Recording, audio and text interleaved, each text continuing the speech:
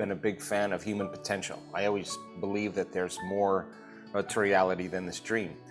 And you know, I think in order for some of us to wake up, we need a wake-up call. And I got my own wake-up call and got run over by a truck in a triathlon and broke a bunch of bones in my back. And prognosis was probably I'd never walk again. And they were, 4 surgeons recommended some radical surgical procedures.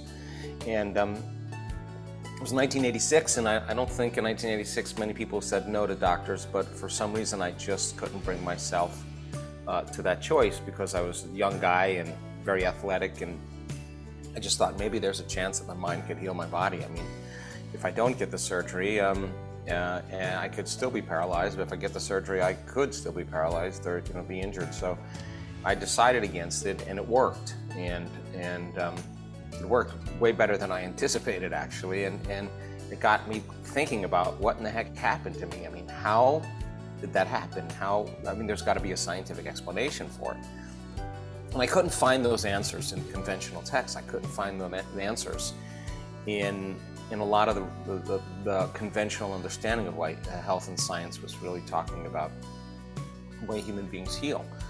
So I only could find those answers when I started looking at some of the new sciences. The new sciences had everything to do with this concept called neuroplasticity, our brain's ability to change its connections by learning and experiencing and making different choices and demonstrating different behaviors. There's physical and biological changes.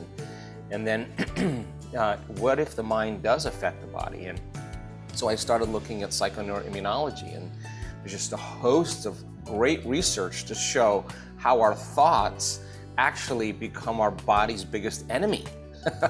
not really heal us, but actually weaken the organism. And then I started looking at the effects of stress, and then I saw that stress downregulates genes and creates disease. And so then I had to look at gene understanding, and then I got into epigenetics, and it made sense to me that we're not doomed to our genes, that it's just a code, it's a library of potentials, a parts list of possibilities. And so, is it possible to change our gene expression? Well, when I saw the vertebrae in my spine that were pretty, 6 of them, compressed, and all of a sudden they got some normal height back, I thought maybe there's a gene that I signaled, and genes make proteins, and proteins make structure, and proteins are responsible for function and physiology. And the expression of proteins is the expression of life. And so I thought, God, I must have been able to do something to my gene expression, because the protein scaffolding of my bones had changed. So then I started thinking, well, how does a cut heal, or how does something heal? And I started looking at the texts again and reading how a cut heals, and I just thought that can't be the way it works. It just isn't that mechanical. It's not reductionistic like that. It's much more vitalistic. And so when I was a kid, my father was very keen on me going to medical school, but the more I came close to that model, the more it was mechanistic for me, and I was more of a vitalist. I believe that there's something else that's giving the cell instructions and information. And so then you can't explain how a cut heals without understanding quantum physics and how energy works. And then I started entering this world of quantum, and then wow, somehow the mind has an effect on reality. And well, it works for the really tiny with subatomic particles, but how do we get it to work for large things like planets and real life events? Can your observation begin to change an outcome in your life? And so I sold everything, and I had a great practice, and super busy in Southern California, and worked with some of the professional teams there, and I just gave it all up. I wasn't the same guy anymore, and I just wanted to figure out how this all happened. So I went back to school, started studying again, and then I started thinking, God, is there anybody else that may have had a similar experience like me? And so I started interviewing people that had spontaneous remissions from diseases, people that were treating conventionally and unconventionally, and they were either staying the same or getting worse, and all of a sudden they got better.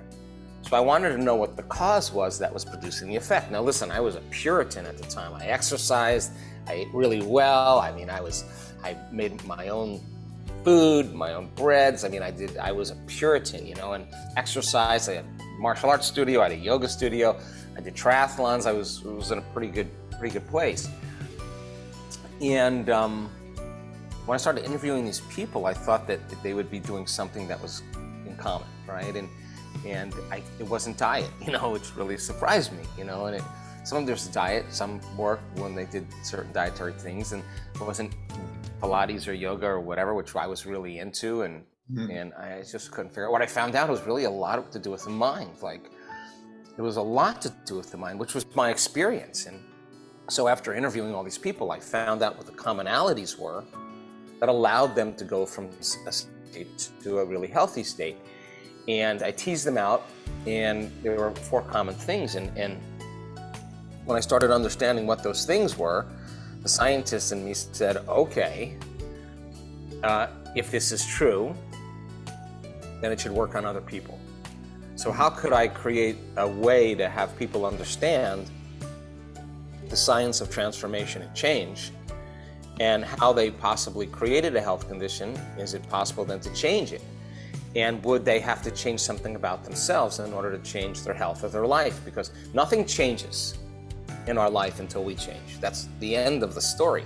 And a lot of people think they can stay the same person and that their life will change, and it doesn't work that way. So I started looking closely at our personality, how we think, how we act, how we feel. And is it possible if a person changes the way they think, the way they act, and the way they feel, if they change their personality, will it change their personal reality? Will it change their health? And so that was one of the fundamental principles, that there was a reinvention of self. And then there was the other important thing, which was so valuable, which was breaking the habit of being the old self.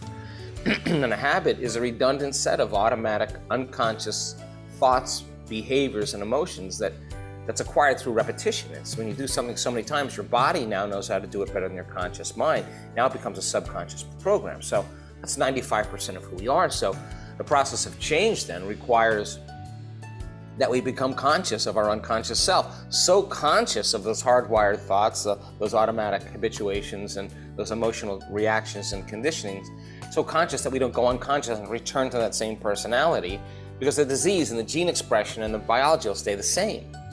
If we can change that and sustain it and begin to fire and wire new thoughts and begin to rehearse new ways of being in our mind, and begin to teach our body emotionally what a future event will feel like before it happens. If the environment signals the gene according to epigenetics, and the end product of an experience in the environment is an emotion, could we signal genes ahead of the environment? Is that what these people did, and is that what I did? So I did my best to demystify the process and use it on people to see how if they could change. And for the first couple of years, not a whole lot happened. I mean, people felt better at the end of a workshop. And then after a couple of years, we started seeing people step out of wheelchairs, and we started seeing people, cancers go into remission right in a weekend event. And that's when I knew that I had to start measuring. And that's when I knew I had to really look to see what was going on in the brains of these people. So I assembled a team of scientists and researchers. We've measured over 12,000 brains now, maybe even more than that. And I wanted to see people's brains before they came to an event, put them through the rigor of transformation, keep them in the same environment, give them the right information, have them understand what they're doing, understand why they're doing it, use science as the language to demystify the process so the how gets easier, and assign meaning to it. And if you can put intention and meaning behind it, we get better results. And so we want to also scan brains in real time. I wanted to see your brain, Glenn's brain, in a meditation when he is either overthinking and overanalyzing, or he's learning how to suppress his analytical mind and get into the operating system where those subconscious programs exist. And the word meditation, really one of the important elements is to teach people how to self-regulate and create more coherence and change their brain waves so they can really begin to reprogram themselves. And it means to become familiar with, to become so conscious of the old self that you don't go unconscious to it, and so familiar with a new self that you become that person.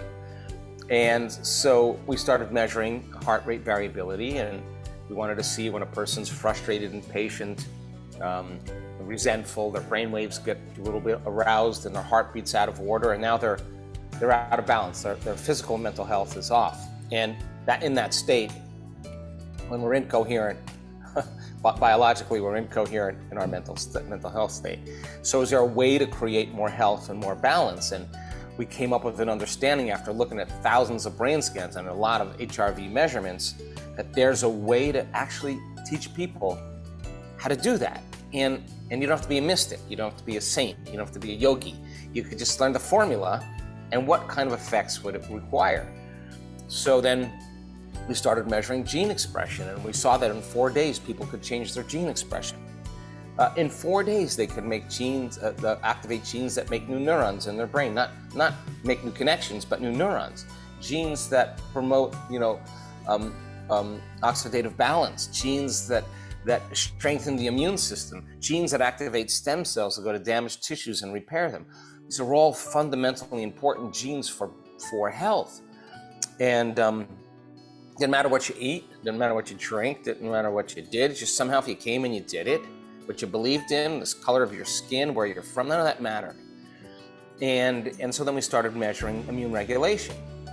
If you trade fear, if you trade pain, if you trade anger and aggression for an elevated emotion, and teach people how to sustain that state, will their immune system get stronger? And we saw that people can strengthen their immune system dramatically in a very short amount of time.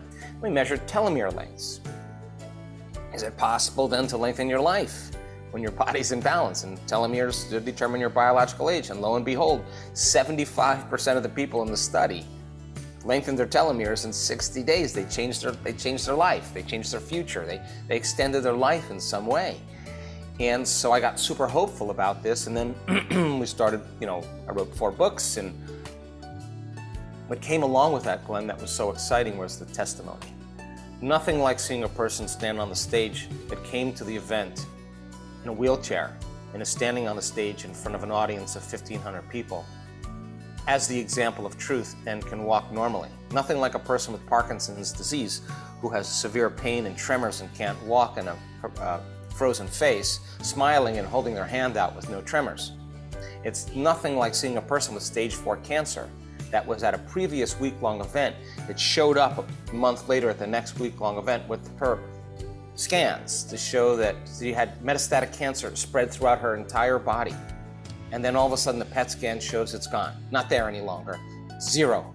Nothing. Blind people seeing, deaf people hearing. And it got crazy. So we have evidence in our scientific studies, and we have evidence in our testimony, and evidence becomes the loudest voice. And it's the magic number when we have somebody who is the example of truth stand in front of an audience and they look like a normal person. They don't look like a movie star. They're not young and buffed and fit and look a certain way. They're just an average person. And they tell their story and it's not glamorous, but they're triumphant, and they kept overcoming and they kept showing up for themselves and kept believing in themselves. That's the 4-minute mile. That's that person that pierces a level of consciousness that says it's possible. Not only is it a footprint in the field, quantum field, but it's also evidence in 3-dimensional reality, and people lean in. And this is the cool part. They lean in because there's truth looking them right in the face. And they'll say, if that person can do it, I can do it too. And just like an infection spreads amongst the community and creates disease, health and wellness becomes as infectious as disease. In our events, we see people. I just watched a testimonial yesterday of a guy who came in a wheelchair. I mean, he couldn't walk. He couldn't take more than a few steps. Very debilitating neurodegenerative disease.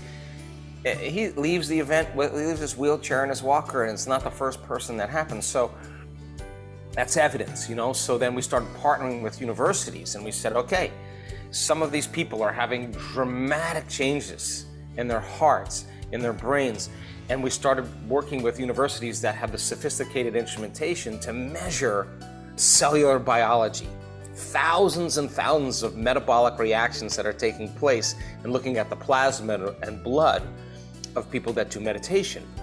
And we started seeing then, when we subjected their blood to like a virus that behaves exactly like the COVID virus, that their body was immune to the virus. The advanced meditators, it wouldn't enter the cell.